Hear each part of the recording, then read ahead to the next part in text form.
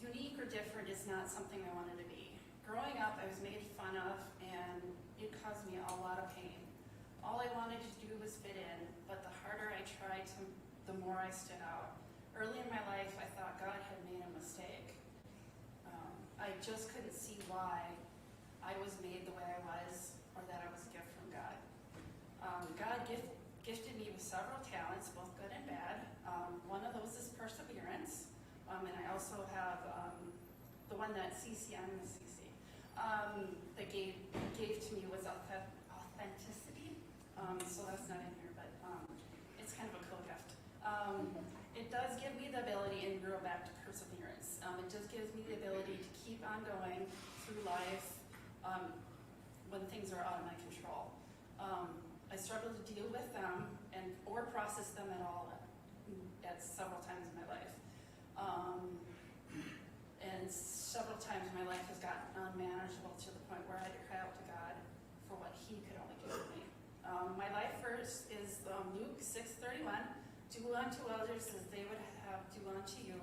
I heard this verse in summer Bible school early, and it always been in my mind after learning it. For the most part, this verse serves me well, but it can cause me trouble sometimes. At times, I wanted others to fill the void that they could not. This void, I discovered, can only be filled with Jesus, believing and inviting Him in. I grew up in a good home with my mother, father, and older brother. We really, to this day, we still don't talk about issues we face. I did the best I could to not make waves in my family and just make people happy with me. I tried to do this because my brother was better than me in most things, and he's smarter, and he got attention for being perfect. So this is one of the first times where people-pleasing came in, and now I know that is codependency. This pattern has happened more than once in my life. School was not a happy place for me. This is where being different or unique makes me a target of bullies. At the time, I was not a strong, independent person who could stand up on my own and, with God's help, and not care what others thought of me. Some days it took all that I could muster to go back to the place where I knew I didn't fit in. Perseverance is what got me through school, but I paid a price for not thinking I mattered to anyone, least of all God. I moved twice with my family while I was growing up. This meant that I had to try all over again in a new place with new people, and I was incapable of doing this at all. This made me withdraw further into myself. Every time I tried to fit in, it just got harder for me too. I lived this way for almost 20 years. Oh, oops, I skipped it. I was so unhappy that I just wanted to become invisible because it was too painful for me to keep trying to fit in. Sometimes I would try, but I never got the hang of just being me, all of me, around people without having a mask on, saying that I was fine and happy to do whatever you wanted to do for you. I believe that would lead me to be happy. In middle school, I had an accident that only God had the power to save me. I was a latchkey kid, but one day I didn't have my key to get in. And there was this involved, I did get in, a heavy storm window. It was wintertime and it recently snowed. I managed to get the storm window off, unlock the door, and was in the process of putting the window back up when I slipped off the block I was standing on, and the window fell against me. I knew I had cut my face, but I didn't realize the glass had gone through my lip, and well, I actually could see the hole, and it cut my tongue. I was bleeding a lot, and I was really scared.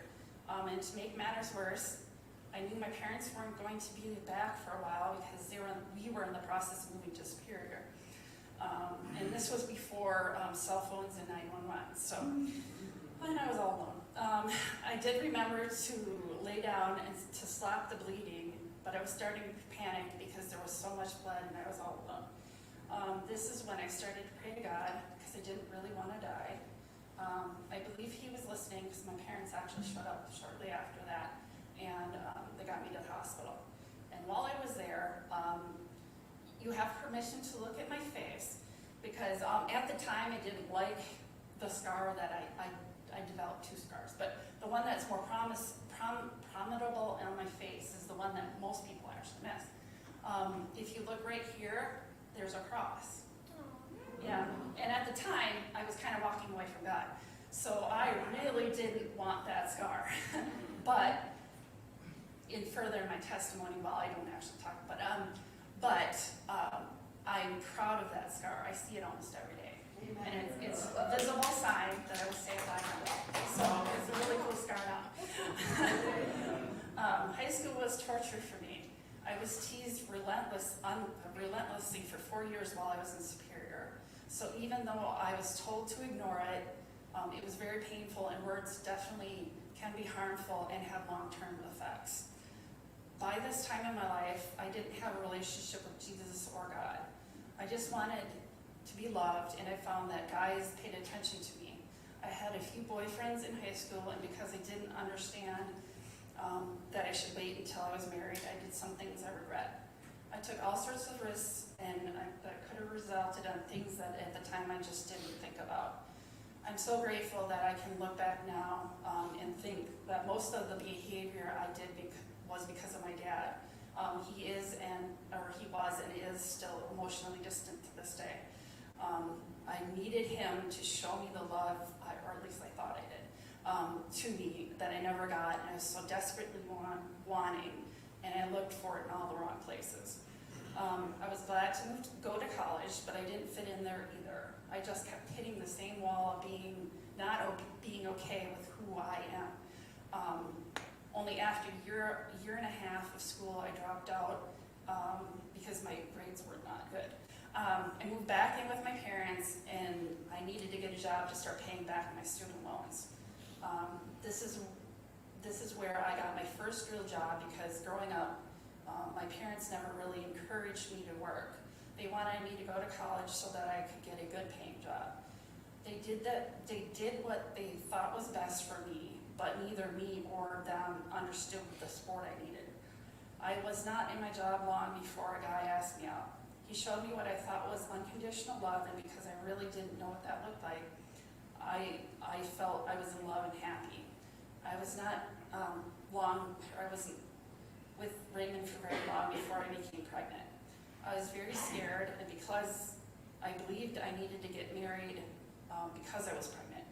I did not know him very well, or myself for that matter. I just wanted to make him happy, or that's the part of codependency showed up in me. And at this part of my life, I was so very confused and not happy at all. My life with Raymond was rocky, filled with ups and downs, including postpartum depression. But once again, I persevered.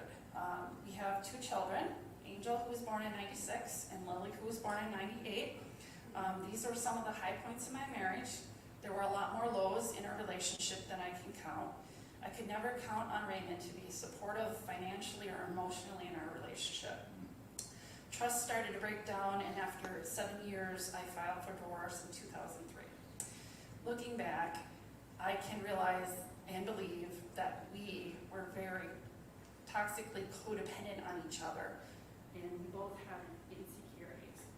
My divorce was finalized in 2004. My ex-husband was tragically loved. I think your battery died. Okay.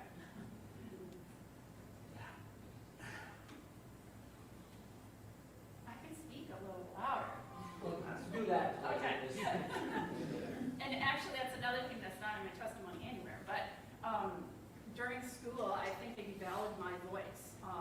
I didn't think I had a voice, and so I didn't speak very much.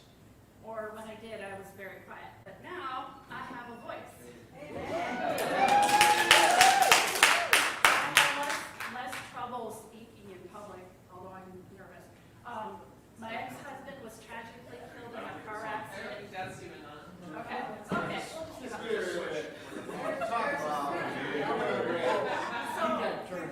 my divorce was finalized in 2004. My ex-husband was tragically killed in a car accident in September of 2004. The funeral brought up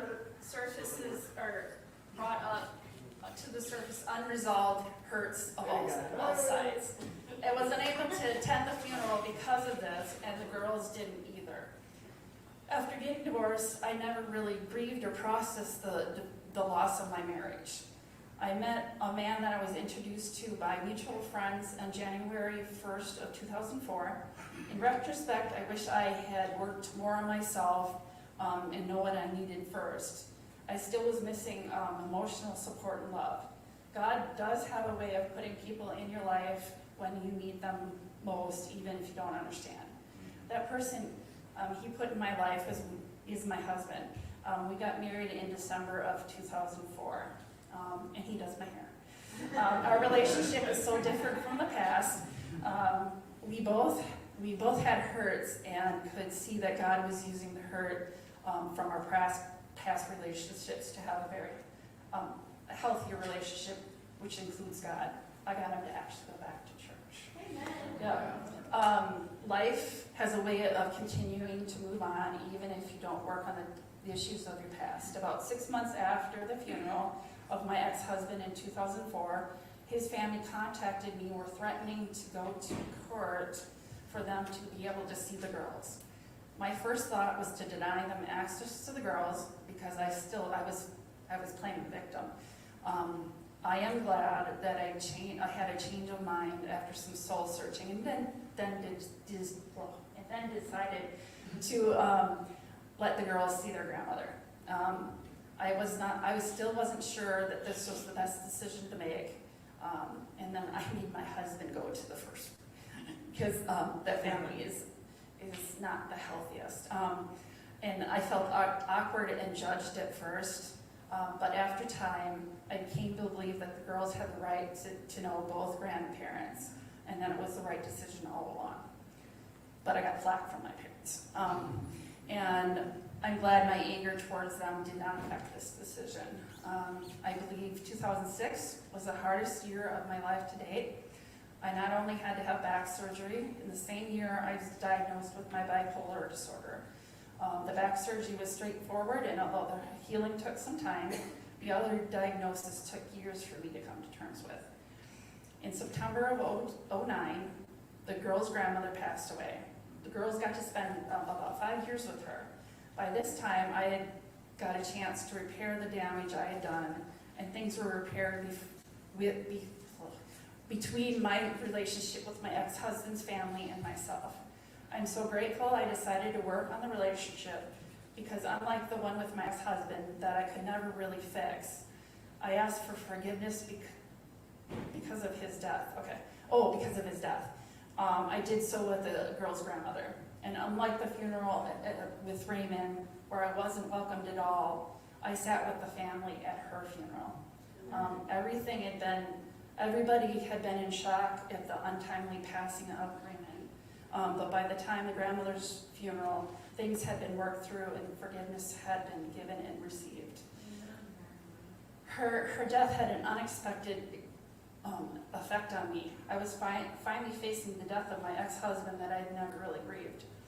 I had a conflict of emotions that made me question my beliefs. My bipolar made me obsess over things that I had not been resolved. My mind was working overtime to understand everything, and I was overwhelmed. At this time, my mother-in-law was attending Lakeview and had heard of Celebrate Recovery. She actually didn't know that she is the responsibility for me. She suggested that I attend, which at the time I thought wouldn't hurt. I'm so grateful that I did, even though I was sober, broken, and hurting. I spoke very little and did not participate much at first. I did have trust issues from the past, and I was unable to speak. Even though I didn't feel comfortable, I continued to come. It took me months before I talked, and I struggled to put words together and say them out loud.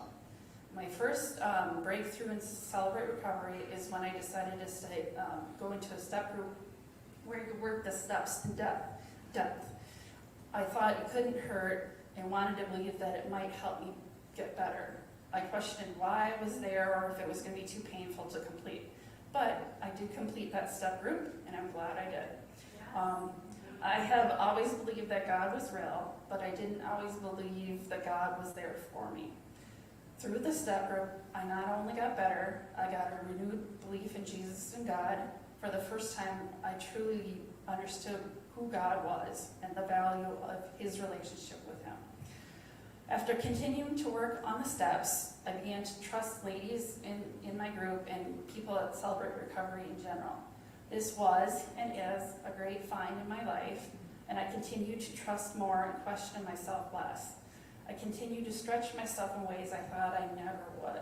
I became a Celebrate Recovery leader, which not only is a blessing to me, but it also gives me an opportunity to give back to God and to others, which brings me full circle into my life first. Do unto others as you would have them do unto you. Luke 6:31. Since being in Celebrate Recovery for I think it's about 11 years now, big things have happened. It started off small, knowing that God loved me and that I mattered to him, and I was not a mistake. Through several step groups, I had the privilege to see others come to know God and Jesus and get healthier and closer to him, and I've worked off several layers. The biggest layer that came off was about 5 years ago, thanks to George and his sermon at the Celebrate Recovery retreat that happens around Memorial Day weekend, which we are, where I actually attempted to find a sponsor originally, but I stayed because I felt accepted and loved for who I am. At that retreat, I finally let go of the chain that held me in bondage for too many years, the one that I was okay being all of me, even the parts that until that time I hated. It's who I am, and I hated myself. But I didn't actually realize I had walked through that until about 6 months or almost to the retreat again, and then I thank George, because I do appreciate God speaking through him to me. And then it's a whole lot easier being who God created me to be all along. And I have the freedom, and it's about 5 years now, of walking, I have the freedom of walking out. I don't have the chains of comparison anymore. I go to God with everything. Yeah. 3 years ago, I had to confront my dad about the year before. We were on a canoe trip in the Boundary Waters, and he was verbally abusive to my daughter. It actually took me a year to confront him because we don't talk about issues at all. I was not sure how my dad was going to react to the confrontation. I really thought he might disown me for speaking out about what he had said and how he had said it. I did have a lot of ladies praying for me and a whole lot of fear going into that meeting. But I knew I needed to say what he had done was not okay and that he had hurt my daughter. It was hard for me to go through, but I did not want, because I didn't want to work on my relationship with my dad, but it was necessary for my recovery. I had stalled my moving forward by not dealing with the past. At the end of the meeting, I made a plan to visit my parents every month. I did want to have a relationship with my dad, so I did follow up every month until COVID hit. And then after walking through confronting my dad, I knew I had the support from God because he walked me through that. That's when I actually quit my job because I walked through that other situation. Looking back, it had become a manageable mess. I tried to manage my expectations and wanted to persevere over all of it, but it had just gotten too much for me. I thought I had to stay because I'm always the one who carries the health insurance. That kept me in my job longer than when I should have left. I took the risk of leaving even though I was scared and there was no backup plan. I felt, and now I left, and now I'm more content in my current job. 11 years ago in Celebrate Your Recovery, or 11 years in Celebrate Your Recovery, I have grown to appreciate who God has created me to be. before CR, I needed to know the reason for doing something to do it. I have learned I do not have to know why, and I trust God to lead me where He wants me to go, because His way is much better for me in the long run. I want to encourage anyone out there, if you're unsure of Celebrate Recovery and this retreat, I want you to keep coming back. I kept coming back, and I'm super grateful I did. And through these retreats, I have seen the biggest growth with God here. So I'm very grateful, and thank you for sharing. Thank you for letting me share.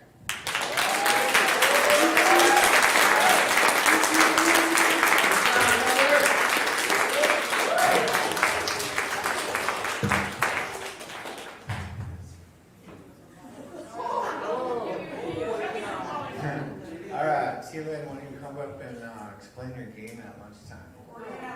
No, or dinner time, whatever. Just so people, we're not going to meet again beforehand, so. Oh, okay, sure.